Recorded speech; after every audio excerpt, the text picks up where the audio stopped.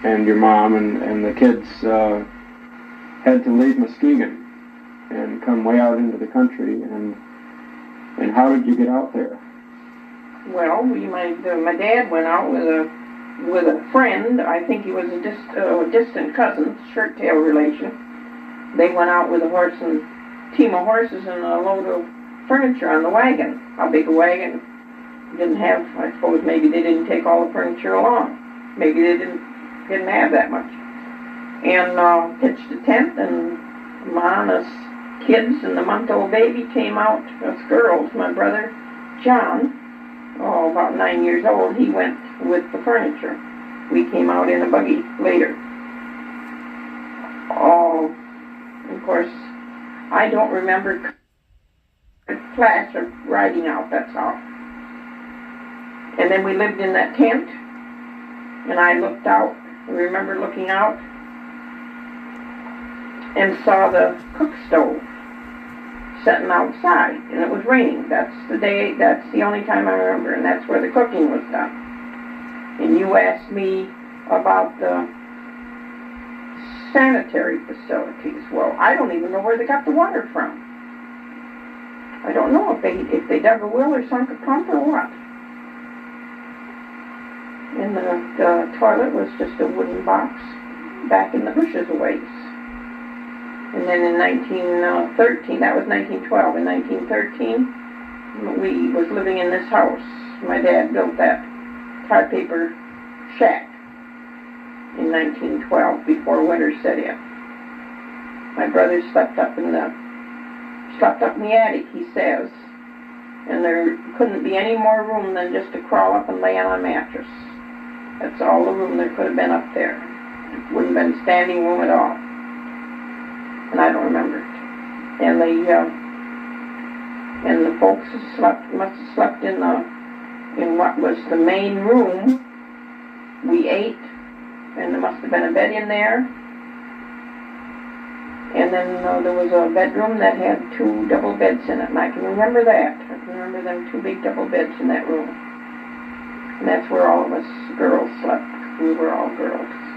What was it like living in that house in the winter? Nice, cozy, and warm. Close-knit family. It got dark early with kerosene lamps, and we'd go to bed early. There was no radios, no television, no electricity.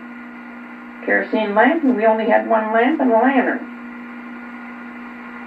So my dad would read stories, and we'd sit around the table with pencil and paper, or with dominoes, or old-made cards, and we'd go to bed. What road was that on? That was on what is now Seminelli Road. There was no names on the roads then. What was the road like? Just a 2-track road winding back and forth around between the bushes. It wasn't straight? No, it wasn't straight. How much traffic did you have? Maybe once a week there might be a horse and wagon go by, besides us coming in and out. And that wasn't only once or twice a week. You walked wherever you went.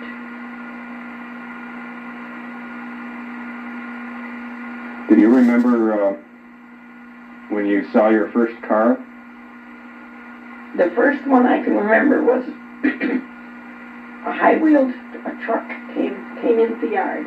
And they were 2 neighbor boys that lived about a mile away.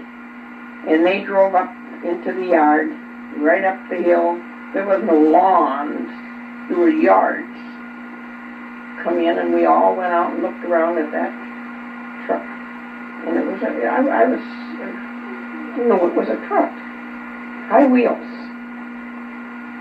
And then they got a 1917 Model T, and they had cut the back seat off and built a box.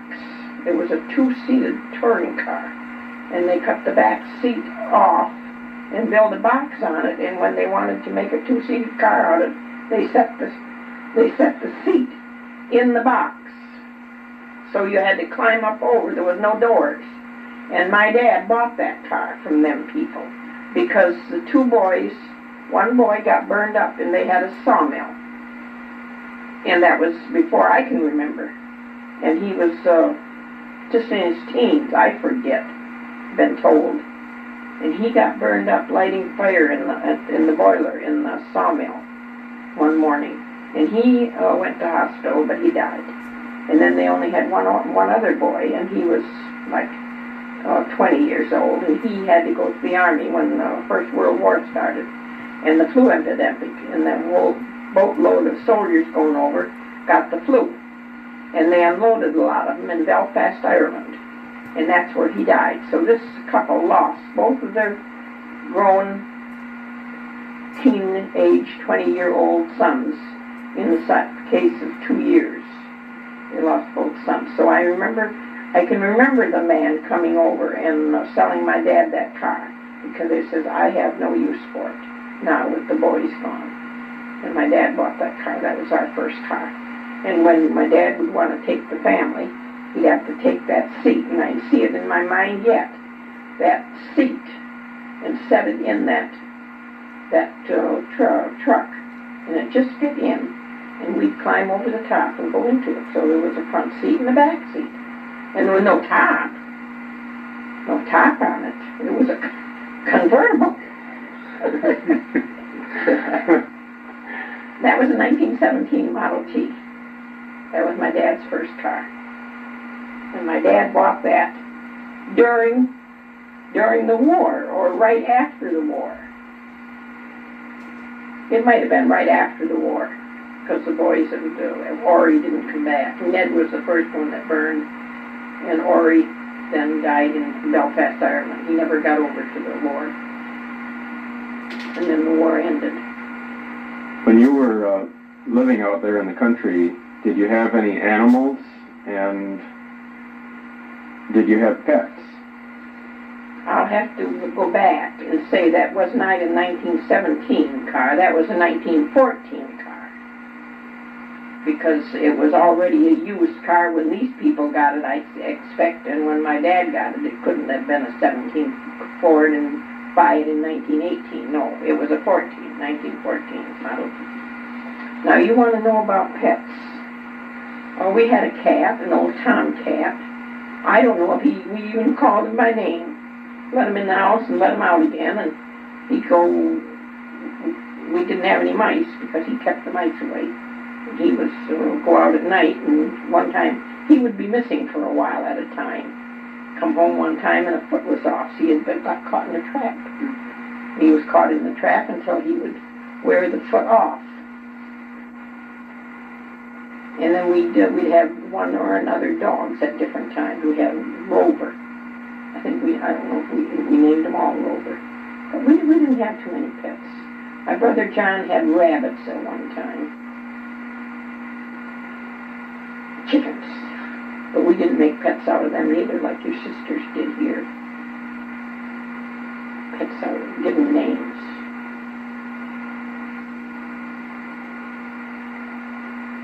You had livestock? Oh yeah, we'd always have a pig every spring, and then by the time fall come, it would be quite a good-sized pig, and butcher it. And they used everything but the squeal. Is that how you got to like pickled pig's feet? We got to like everything. We ate what was put before us. We had a cow, and they would. Once in a while we would have some beef, because it would be half veal and half beef. You would buy a calf, and at that time I think you could get a calf for about $1 or even for free, because the dairyman didn't want to be bothered with a calf. The cows would have their calf, and then they'd give milk, and so my dad would get a calf and raise that and butcher that, but that wasn't too often. I guess it wasn't very good beef, because you see it didn't age enough. It wasn't old enough. It wasn't veal anymore, and it still wasn't beef.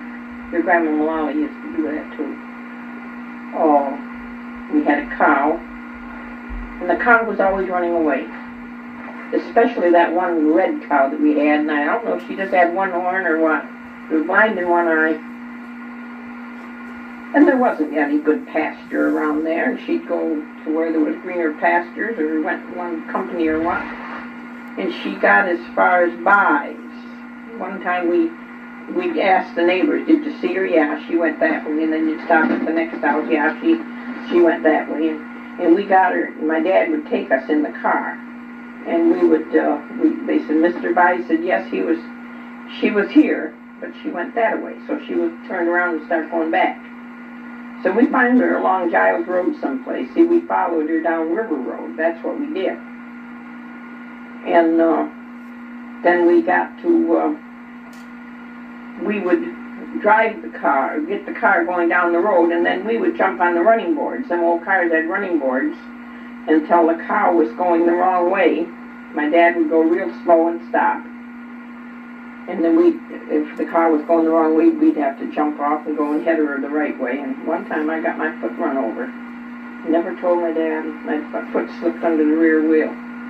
It would run over it. And I limped, and I never told anybody. Could have been smashed. And got to Peterson Road.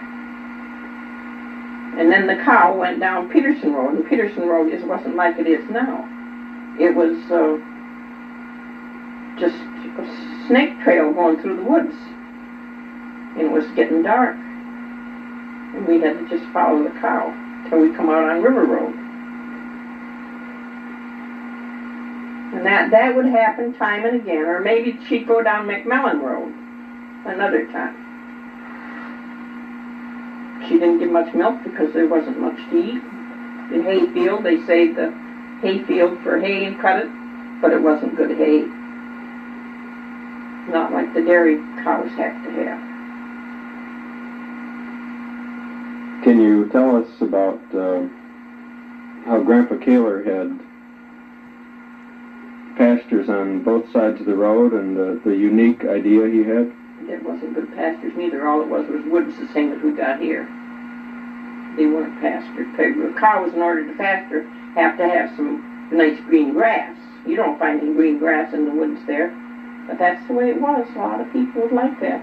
But he wanted to let his cows go across the road, so he fenced that place, and he fenced his home place, and he dug a tunnel under the road and boarded it up, and so the cows could go through from one place to the other. You didn't have to make it as long as what you would have to now. You just had to make it long enough for a 2-track road. How long did that tunnel last? Oh, I have no idea. I don't remember when it caved in or was filled in or dug out when they done the road. I have no idea, but I know I walked through it. We would, just for fun, we would walk through it. But it wasn't anywhere near our school path, so we didn't walk through it going to school. I don't know why he didn't put it where our school path was so we could walk through it.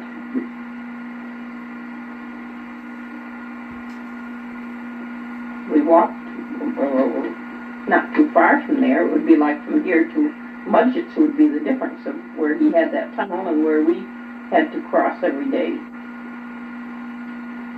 We don't remember enough of our young age, because all them days and years that I walked to school and back, I can't really remember much about it.